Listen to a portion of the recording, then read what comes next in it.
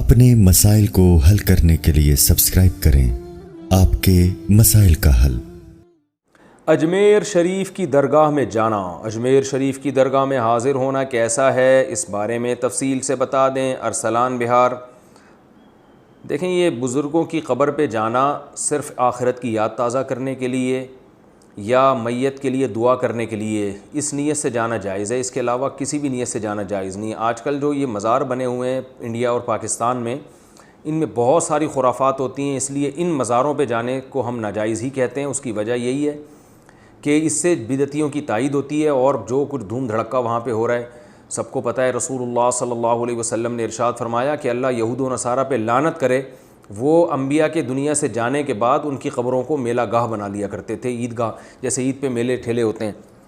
تو اور آپ صلی اللہ علیہ وسلم نے یہ بھی فرمایا کہ میری قبر کو اللہ اس سے میری حفاظت فرمائے۔ تو قبر پہ میلے ٹھیلے اور اس طرح کا کراؤڈ جو ہے یہ شریعت میں پسندیدہ نہیں ہے۔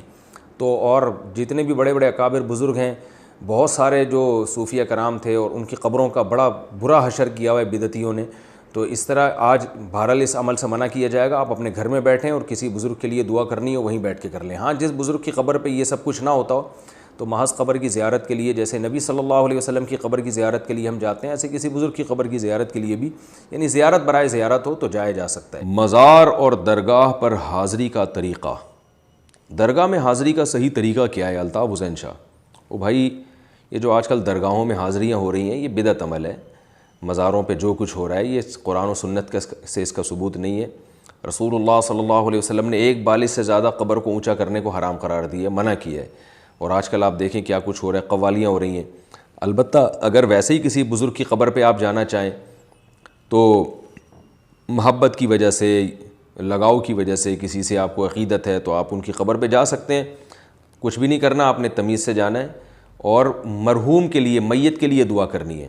اور ہاتھ اٹھا کے دعا نہ کریں، کیونکہ وہاں پہلے ہی شرک ہو رہا ہے۔ اگر آپ ہاتھ اٹھا کے دعا کریں گے تو یہ وہم ہوگا کہ شاید آپ اس قبر والے سے مانگ رہے ہیں، تو جہاں اس وہم کا خطرہ ہو وہاں ہاتھ اٹھا کے دعا نہیں مانگنی چاہیے قبر پہ، لوگ یہ نہ سمجھیں کہ قبر والے سے مانگ رہے ہیں۔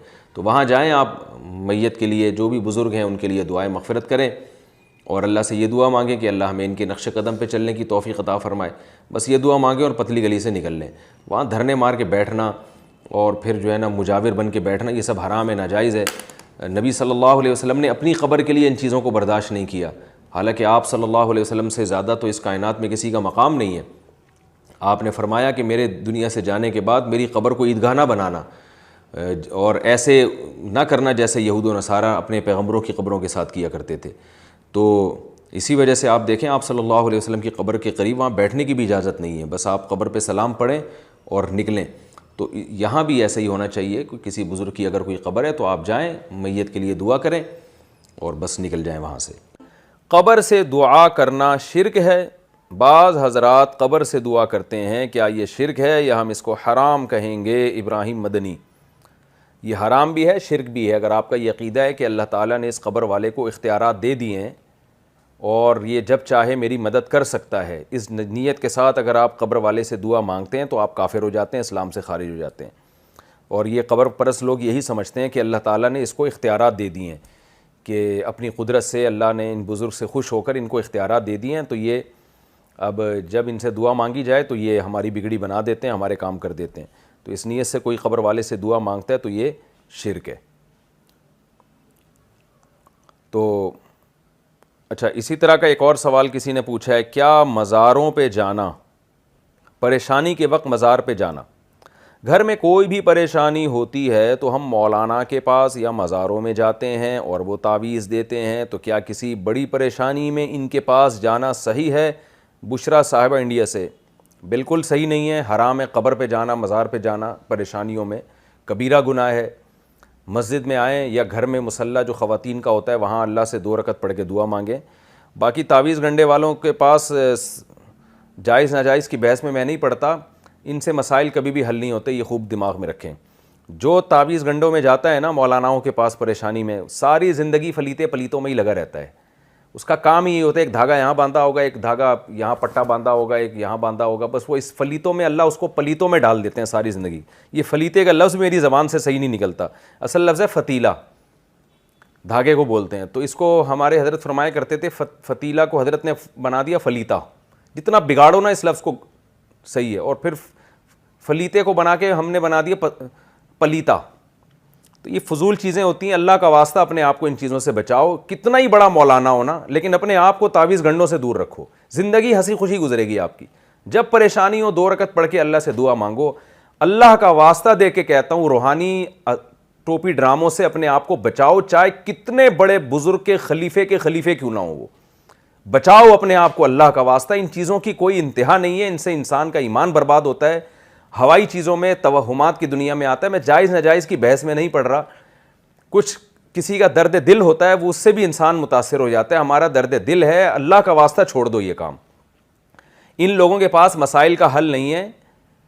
مسائل کا حل اللہ کے پاس ہے. دعا مانگو 2 رکعت پڑھ کے, بس اللہ سے دعا مانگو, مسئلہ حل ہو جائے ٹھیک ہے, نہیں ہو جائے تو صبر کرو, اور کچھ نہ کرو. چھوڑ دو یہ فتیلے پتیلے تعویذ گنڈے اور گھول گھول کے پینا اور پتہ نہیں کیا کیا ہو رہا ہے. میں نے آج تک ان لوگوں کو زندگی میں کبھی نہیں دیکھا ان کے مسئلے حل ہوئے ہوں. جو بھی گیا ہے نا ان چکروں میں پڑا ہے, اللہ نے اس کو ایسا دھتکارا ہے اپنے دربار سے کہ وہ ان فلیتوں پلیتوں میں ہی اس کی زندگی برباد ہوئی ہے. اور اس کو ایسا اللہ تعالیٰ کی پھٹکار برستی ہے ایسے لوگوں پہ, ان کو ہر جگہ جن چڑیل بھوت نظر آئے گا. بیوی سے پھڈا ہو رہا ہے, کسی نے کچھ کر دیا ہے, فلاں کے ساتھ ایکسیڈنٹ ہو گیا, لگتا ہے جنات نے کچھ کیا. یہ دنیا میں عذاب آتا ہے ایسے پلیتے والے اور فلیتے والے لوگوں پہ. تو چھوڑ دو یہ روحانی عامل. تم اپنا کچھ نہیں کر سکتے, اپنی بگڑی نہیں بنا سکتے, تو یہ آپ لوگوں کے کہاں سے مسائل حل کریں گے. اچھے علماء کو ہم نے بہکتا ہوا دیکھا ہے, بڑے بڑے سنجیدہ علماء کو ہم نے باولا ہوتے ہوئے دیکھا ہے. اس لیے اللہ کا واسطہ درد دل سمجھو ہمارا, چھوڑ دو ان فلیتوں کو. میں تو ان فلیتے والوں سے بولتا ہوں, تعویذ گنڈے والوں سے, یار میرے خلاف سارے مل کے کرو کوئی تعویذ, تو انشاءاللہ یہ ایک بال بھی نہیں گرا سکتے سر سے ہمارا. تو ان میں دم ہی نہیں ہے. یہ صرف بے ایمان لوگ جو ہوتے ہیں نا, جن میں ایمان نہیں ہے, توکل نہیں ہے, ان لوگوں پہ ان کے شیطانی حربے چلتے ہیں. اور ان میں اچھے برے کی بحث چھوڑ دو. اچھے عامل برے عامل سب ایک ہی جیسے ہوتے ہیں. اچھے برے کی بحث نہیں کیا کرو ہمارے سامنے کہ وہ تو حضرت جی ہیں, وہ تو آپ کے مسلک کے ہیں. بھائی ہمارے مسلک کے ہوں, میرے شیخ و مرشدی کیوں نہ ہو, بس ختم ہو گئی بات. اگر میرے پیر و مرشد جن پر میں بہت زیادہ محبت کرتا ہوں, اعتماد کرتا ہوں نا, میرا خدا نہ خواستہ کوئی مسئلہ اٹک گیا اور میرے پیر و مرشد نے کہا یہ تعویذ استعمال کرو, انشاءاللہ وہ بھی استعمال نہیں کروں گا میں. حالانکہ مجھے اپنے پیر و مرشد سے بڑی عقیدت ہے, لیکن میں نہیں مانتا ان چیز, فضول چیز ہے. میں نے زندگی میں جو ہے نا, جو تجربے ہم نے کیے ہیں نا, ان میں اچھے برے سب کے تجربے ہو چکے ہیں. کوئی فائدہ نہیں ہے ان چیزوں کا, سوائے دماغ کا ایک وہم ہوتا ہے, فطور ہوتا ہے. اور جو ان چیزوں میں پڑتا ہے نا پرچیوں میں, وہ پھر اللہ اس کو انہی پرچیوں کا بنا دیتے ہیں کہ جا آپ تیرے مسئلے پرچیاں ہی حل کریں گی بیٹھ کے. کتنا مزہ آتا ہے انسان کو, پریشانی ہو 2 رکعت پڑھ کے اللہ سے دعا مانگے, بس کتنا مزہ آتا ہے. تو اللہ حل کرتا ہے مسائل کو. امن یجیب المضطر اذا دعاہ, قرآن کہتا ہے کون ہے جو پریشان حال کی پریشانی دور کرتا ہے.